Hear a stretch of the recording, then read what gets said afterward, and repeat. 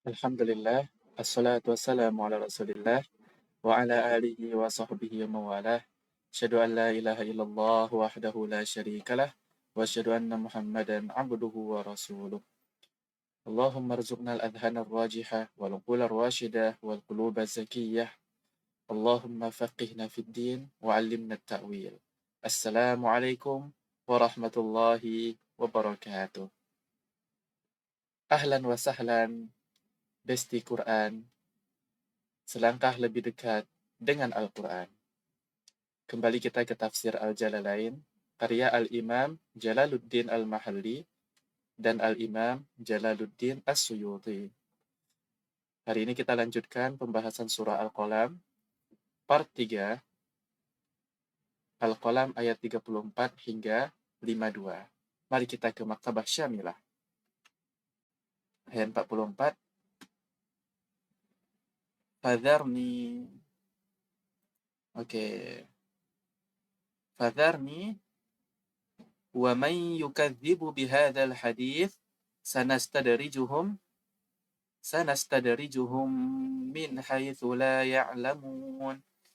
Di sini Allah berkata, maka biarkanlah aku, biarkan aku, serahkan kepadaku, kata Allah, wa man yukadzibu bihadzal hadits, biarkan orang yang sudah mendustai perkataan ini. Maksudnya adalah Al-Qur'an di sini tafsiran. Mendustakan Al-Qur'an, mendustakan ayat-ayat yang dibawa oleh Rasulullah SAW. Biarkan orang itu bersamaku. Istilahnya gitu kata Allah. Sanastadrijuhum, kami akan berikan kepadanya istidraj, naik tangga.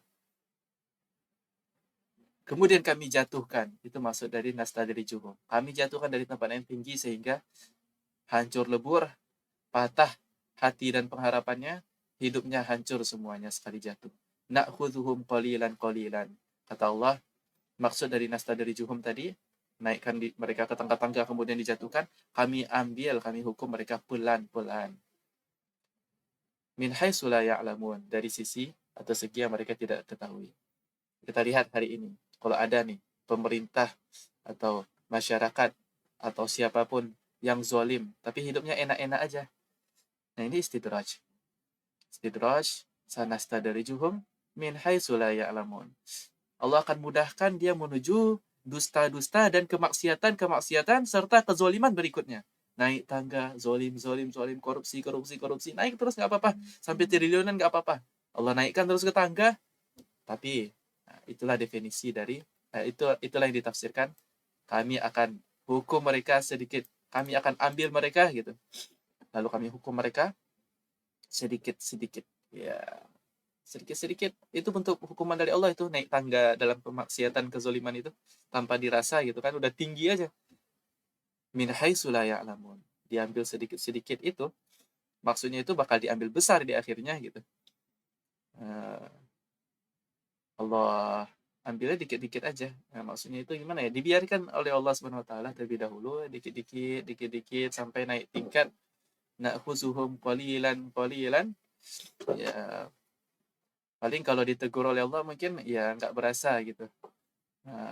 Yang dimana Allah akan mengambil mereka, menghukum mereka itu sedikit-sedikit terlebih dahulu dengan membiarkan mereka naik tangga gitu. Itu diantara maknanya. Allahu a'lam. Kemudian ketika sudah tiba di atas, min haitsu la ya'lamun, akhirnya jatuh sejatuh-jatuhnya, mereka dihukum dari hal yang tiada duga. Tiba-tiba tenggelam gitu kan sama rumahnya semuanya seperti Qarun. Atau tiba-tiba dia dibunuh sekeluarga oleh penjahat. Atau tiba-tiba kecelakaan, atau tiba-tiba kena penyakit organ tubuh gitu. Pokoknya itu istidraj gitu ya. Itulah bagi orang-orang yang mendustakan Al-Quran, bagi orang-orang yang menyelisih ajaran Allah, ajaran Islam, dan berbuat zalim terhadap diri mereka. Di ayat ini gitu ya. Kita lanjut ke ayat ke-45.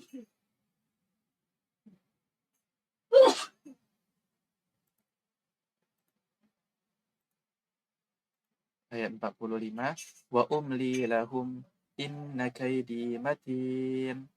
Dan aku akan memberikan tenggang waktu untuk mereka. Maksudnya umhilhum. Ini bukan amhilhum. Atau Anda pastikan dulu di kitabnya ya, teman-teman sekalian.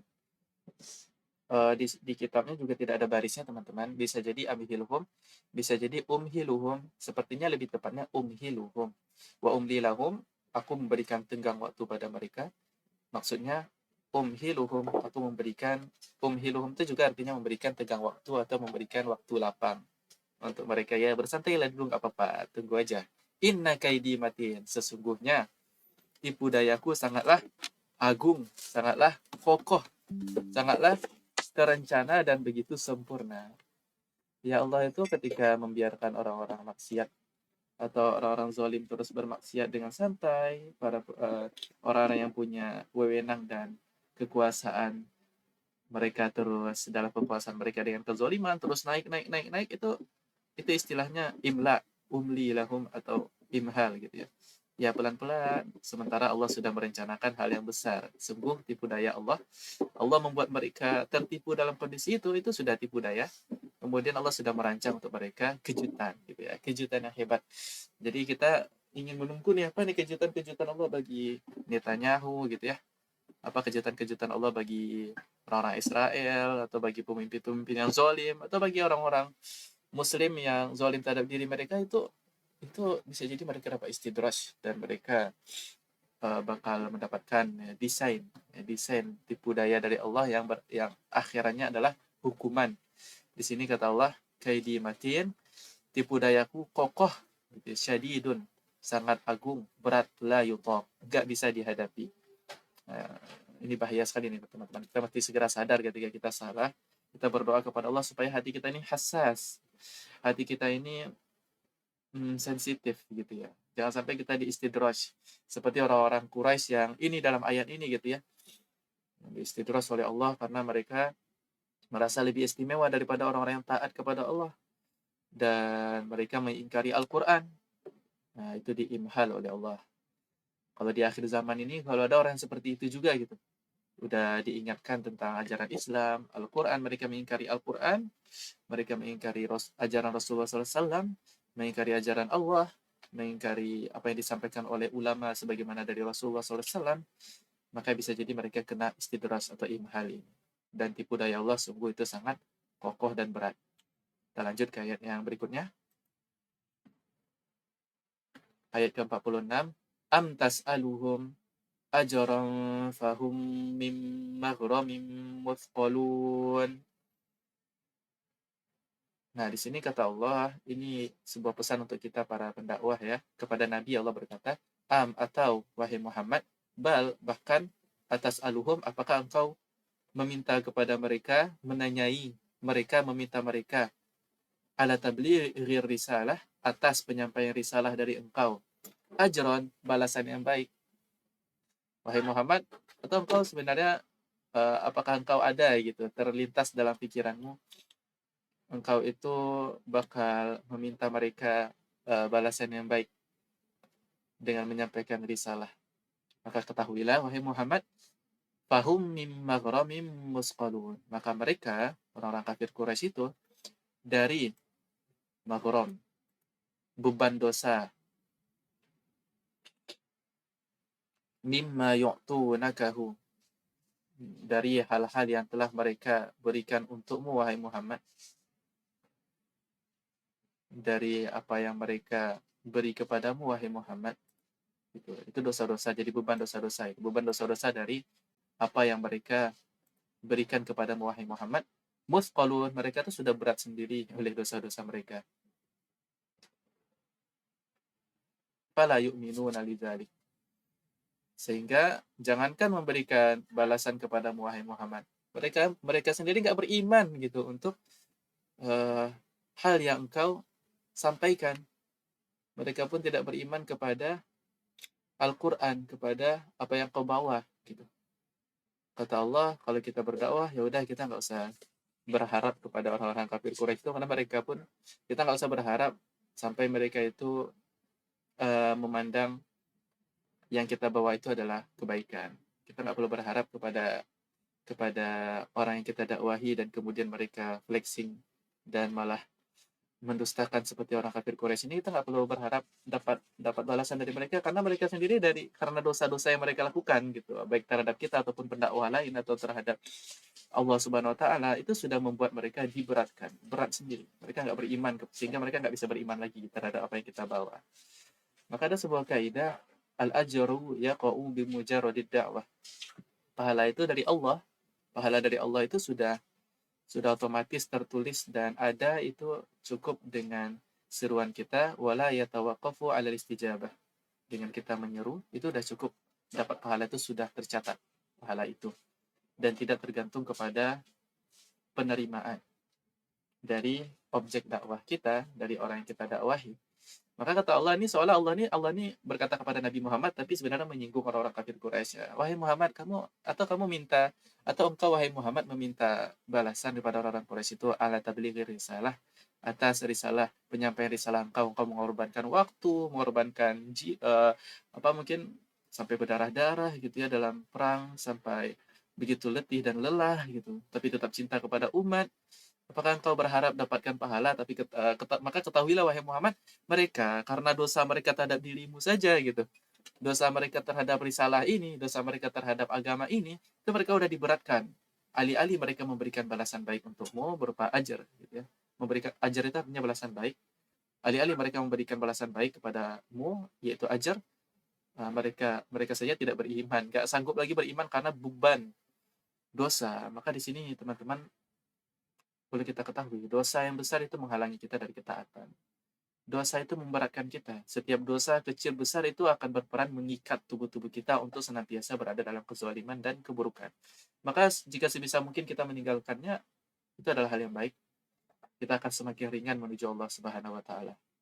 Jika kita berat, kita akan terus diselimuti dan diberatkan sampai kita berat juga bersujud, kita berat baca Quran, kita berat berakhlak mulia, memilih kata-kata yang baik ketika berucap atau bermuamalah dan berkomunikasi. Sampai nanti kita di akhirat juga berat untuk bersujud atau berat untuk masuk surga Allah. Maka kita berlindung kepada Allah dan mari kita di dunia ini berusaha menjadi bersama-sama saling menasihati dan berkolaborasi untuk menjadi orang-orang yang taat. Teman-teman sekalian, kita berdoa agar mendapat taufik dan hidayah dari Allah. Kita lanjut ke 47. Am indahum al-ghaib am indahumul ghaibu fahum yaktubun. Atau bagi mereka gitu ya, kata Allah. Ini Allah bertanya beberapa kemungkinan yang bisa dimiliki oleh orang kafir Quraisy tujuan untuk meledek gitu atau untuk memperlihatkan ke ke apa ya istilahnya ya, kekurangan ilmu mereka atau ke logical fallacy atau kesalahan pemikiran mereka, kesalahan cara mereka menetapkan hukum gitu. Atau begini yang ternyata jawabannya tidak gitu. Di sini kata Allah, atau apakah indahumul ghaib? Orang-orang kafir Quraisy itu memiliki penguasaan terhadap hal yang ghaib atau memiliki hal yang ghaib. Itu maksud yang ghaib di sini adalah Allah al-Mahfuz. Mereka punya penguasaan atau hak memiliki gitu. Allah al-Mahfuz, memiliki bagian dalam kepemilikan Allah al-Mahfuz gitu ya, atau memiliki sesuatu andil dalam Allah al-Mahfuz atau memiliki Allah al-Mahfuz itu sendiri. Allah al-Mahfuz itu adalah sebuah kitab atau sebuah ciptaan Allah yang di sana dijaga semua takdir yang Allah tuliskan gitu ya. Nah, apakah mereka punya hal tersebut? Kata Allah. Apakah mereka mempunyai hal itu juga seperti aku mempunyai Allahul Mahfuz? Mereka juga punya hal tersebut bersamaku. Allah di fihil ghaib, yang di dalamnya itu ada al-ghaib. Jadi maksud al-ghaib di sini adalah Allahul Mahfuz yang di dalamnya itu ada hal-hal gaib. Fahum yaktubun, maka mereka pun menuliskan minhu di dalam Allahul Mahfuz itu ma yaqulun, apa yang mereka katakan tadi. Mereka mungkin udah tuliskan kata Allah di Lauh Mahfuz itu mereka udah tulis gitu. Mereka berhak nanti di akhirat dapat privilege. Mereka lebih utama daripada orang muslim. Orang muslim ini adalah orang-orang yang rendah, yang taat kepada Allah ini adalah orang-orang yang mungkin kolot atau tertinggal. Kamilah orang-orang istimewa. Apakah mereka punya lauh mahfuz yang di dalamnya ditulis hal-hal gaib yang akan terjadi berupa takdir, terus mereka nulis di sana, kata Allah. Ini adalah penghinaan terhadap orang-orang kafir Quraisy. Ya, seolah kita menertawakan kafir Quraisy dengan membacakan ini. Gitu. Kita lanjut ayat 48. Fasbir li hukmi rabbika wa la takun ka sahibil hut idh nada wa huwa makdzum. Nah, di sini Allah berfirman, di sini kita tafsirkan, kata Allah kepada Nabi Muhammad, wahai Muhammad, fasbir, maka bersabarlah untuk tetap berada pada hukum Tuhanmu, bersabarlah untuk hukum Tuhanmu, fihim,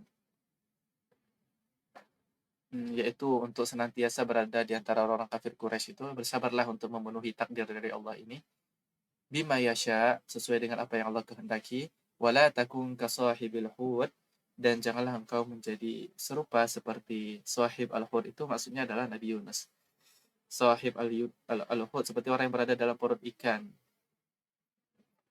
Berada dalam perut ikan yaitu Nabi Yunus. Sahib itu artinya pemilik, al-hud itu ikan.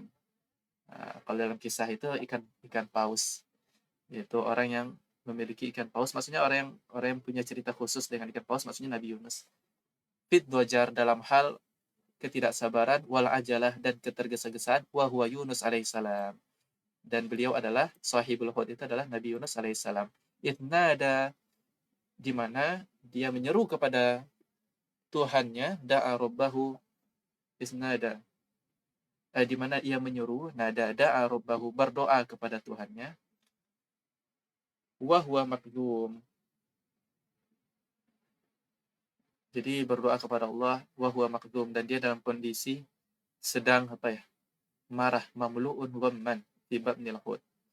Makdum itu seperti orang yang sedang ditimpa marah, kemudian bercoba untuk bersabar gitu, atau penuh dengan pikiran-pikiran. Nah, itu makdum. Kalau di sini dikatakan, kalau di terjemahan makdum itu dalam keadaan marah kepada kaumnya, karena udah Nabi Yunus alaihissalam sudah menyeru kaumnya gitu ya. Kaumnya mengingkari Nabi Yunus alaihissalam sampai capek, Nabi Yunus langsung pergi aja tanpa seizin Allah, sehingga tenggelam, ditelan oleh ikan paus gitu. Nah, kemudian Nabi Yunus berdoa kepada Allah, menyeru Tuhannya dalam kondisi marah gitu kepada kaumnya, atau dalam kondisi makzum. Di sini ditafsirkan mamlu'un ghamman, dipenuhi oleh pikiran-pikiran kegalauan gitu. Makzum. Jadi makzum itu bisa diartikan orang yang ya ditimpa situasi, dia tuh mesti menahan marah gitu sepertinya ya. Nabi Yunus itu ya dalam kondisi penuh kegalauan di dalam perut ikan, dan dia memang dalam kondisi menahan banyak emosi gitu yang dia rasakan. Mungkin marah kepada kaumnya sekaligus sedih mungkin ya. Jadi dipenuhi mamlu'un ghamman, oleh kegalauan di dalam perut ikan paus. Wallahu alam. Kita lanjutkan ayat ke-49. Hampir selesai teman-teman sekalian. Bertahan sebentar lagi. Besti Quran.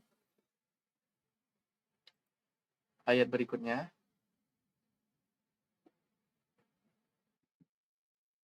Oke.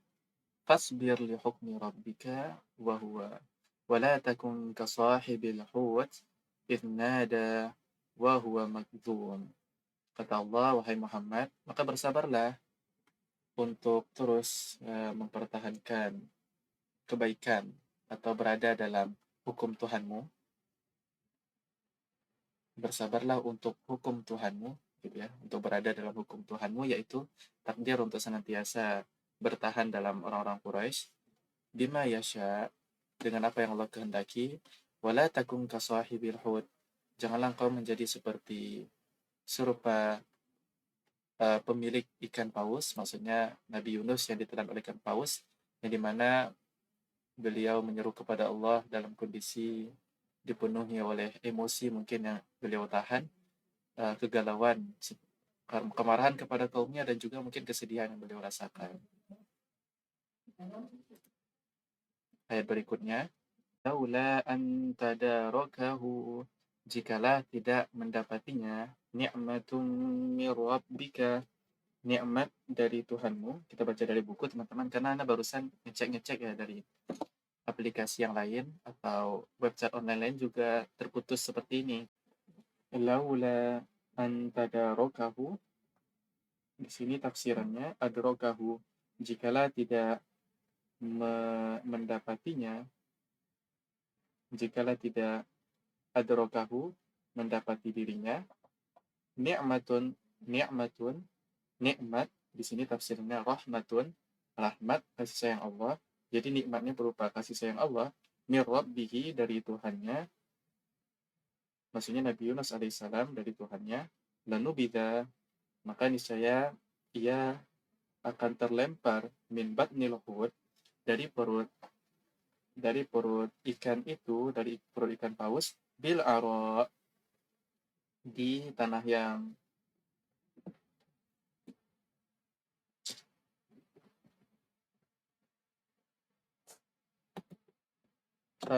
ya, tanah yang tandus, al aro di sini ditafsirkan bil ardil fadha, di tanah terbuka. Maksudnya seorang diri saja di sana. Wahwa madmum, sedangkan ia dalam kondisi tercela. Lakinnahu akan tetapi ternyata Allah tetapi ternyata Nabi Yunus alaihissalam rohim, dirahmati oleh Allah, fanubidha ghairu madmum, sehingga ia terlempar dalam kondisi tidak tercela. Nah, jadi di sini Allah mengatakan kepada Nabi Muhammad, bersabarlah untuk terus bersama orang Quraisy dalam hukum Tuhanmu. Jangan tergesa-gesa seperti Yunus alaihissalam, yang kemudian dia menyuruh Tuhannya, yang jikalau bukan karena rahmat Tuhannya, ia mungkin akan terus di dalam perut ikan dan dilemparkan ke tanah gersang yang dalam kondisi tercela. Tapi tidak, ternyata Allah datangkan, Allah susul ia, Allah dapati Nabi Yunus dengan rahmatnya, maksudnya rahmat Allah mendapati Nabi Yunus gitu. Ini lafaz tadaroka ya. Tadaroka itu artinya mendapati atau mengejar atau menjemput gitu. Jadi karena nikmat dan rahmat dari Allah yang menjemput Nabi Yunus inilah kemudian Nabi Yunus terlempar dari perut ikan tapi tidak dalam kondisi tercela. Bahkan nanti Allah berikan tumbuhan yang bisa menyembuhkan beliau. Kita lanjutkan. Nah, ini melompat ke ayat yang baru. Fajtabahu rabbuhu faja'alahu minas salihin. Kita tafsirkan. Fajtabahu rabbuhu, maka Allah pun bahkan memilih Nabi Yunus alaihissalam gitu ya, bin nubuwah, dengan keistimewaan berupa risalah kenabian, faja'alahu minas salihin.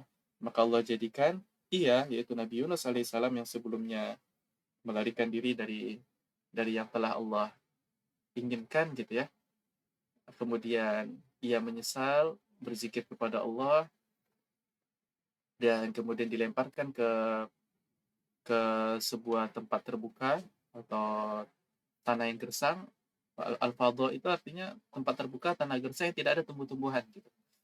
Kemudian Allah pun fajtabahu rabbuhu, Allah pilih ia, siapa? Nabi Yunus alaihissalam, bin nubuwah, dengan keistimewaan risalah kenabian. Faja'alahu minas salihin, maka Allah pun menjadikannya bagian dari orang-orang yang soleh. Maksudnya al-anbiya, as-salih di sini ditafsirkan al-anbiya'i, bagian dari para nabi, orang-orang yang soleh yang secara istimewa. Kita lanjutkan ke ayat 51. Wa in yakadul ladina kafaru la yusbiqunaka bi absarihim lamma sami'u dzikra wa yaquluna innahu lamajnun. Nah, di sini pesan dari Allah kembali kepada para pejuang dakwah, dan hampir-hampir orang-orang kafir itu membuatmu tergelincir. Di sini ada keterangan penulisan bidhammil ya-nya didommahkan dan bisa juga difathahkan. Berarti bisa la yuzliqunaka, bisa juga la yazliqunaka. Tapi di dalam qiraah yang biasa kita bacanya la yuzliqunaka.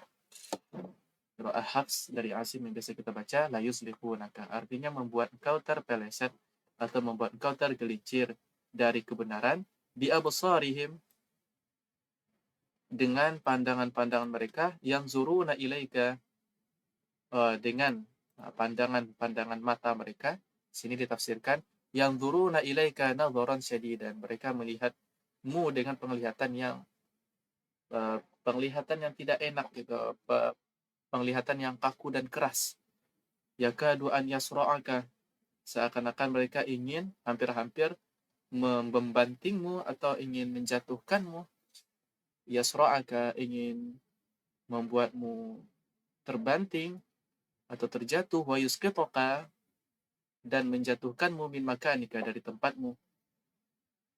kata Allah, janganlah sampai engkau eh, orang-orang kafir itu ketika ingin mereka itu menggelincirkanmu dengan pandangan mereka itu,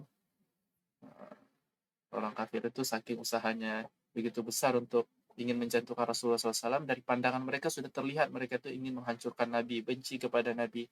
Seolah-olah dari pandangan itu mereka ingin segera membanting dan menjatuhkan Nabi dari tempatnya. Itu kata Allah. Jadi Allah menerangkan kondisi orang kafir, maka wahai Muhammad teruslah bertahan. Walaupun hampir-hampir sesungguhnya gitu ya, orang-orang kafir itu seperti itu. Wa iyyakadul ladzina kafaru, dan sesungguhnya orang-orang kafir itu ya hampir-hampir dia itu ingin membuatmu tergelincir dengan pandangan mereka lamma sami'udz dzikra, ketika mereka mendengarkan peringatan yaitu Al-Qur'an. Di sini ditafsirkan Al-Qur'an. Wa yaqulun, dan mereka berkata hasadan, karena hasad, innahu lamajnun, sesungguhnya ia Nabi Muhammad adalah seorang yang gila, ditimpa oleh junun, kegilaan, bisa babil Qur'an alladzi jaa bihi, disebabkan oleh Al-Qur'an yang dia datang bersamanya. Nah, di sini teman-teman sekalian, Allah menggambarkan orang-orang kafir Quraisy itu ya dengan pandangan mereka saja itu ingin Nabi itu segera hancur gitu ya. Jadi, wahai Nabi, jangan kau sampai tergelincir seperti yang mereka inginkan. Seolah itulah pesan dari Allah. Jangan sampai engkau berhenti untuk terus berada di kota Mekah untuk berdakwah, berhenti dari ketaatan, berhenti dari beribadah kepada Allah, walaupun pandangan mereka seperti itu, walaupun perilaku atau perlakuan mereka terhadapmu, cara berinteraksi mereka kepadamu seperti itu, jangan sampai engkau tergelincir. Apalagi sampai mereka berkata engkau itu gila karena Al-Quran, maka jangan sampai engkau tergelincir. Kita lihat ayat terakhir teman-teman sekalian. Alhamdulillah. Wa ma huwa illa dzikrul lil alamin. Sini penutup, dan tidaklah ia, maksudnya Al-Quran itu, ayat Al-Quran, illa dzikrun, melainkan sebuah peringatan, mau'idhah, nasihat, peringatan, lil alamin, untuk makhluk-makhluk alam semesta, al-jinni wal insi, untuk jin dan manusia. La yahdutsu bisababi junun. Bukanlah Al-Quran itu sesuatu yang muncul karena kegilaan. Maka teruslah istiqomah berada di jalan Allah Subhanahu wa taala. Dengan begitu kita sudah selesai teman-teman sekalian dari surah Al-Qalam. Surah Al-Qalam ini adalah surah yang kedua turun. Surah yang terdiri dari 52 ayat. Surah yang ke-68 urutannya dalam Al-Quran. Kita tutup dengan hamdalah dan doa kafaratul majelis. Alhamdulillahirabbil alamin. Subhanakallahumma wa bihamdika asyhadu an la ilaha illa anta astaghfiruka wa atubu ilaik. Wabillahi taufiq wal hidayah. Ila liqa, mohon maaf atas kurang salah. Sampai jumpa Besti Quran di kajian berikutnya. Selangkah lebih dekat dengan Al-Quran. Assalamualaikum warahmatullahi wabarakatuh.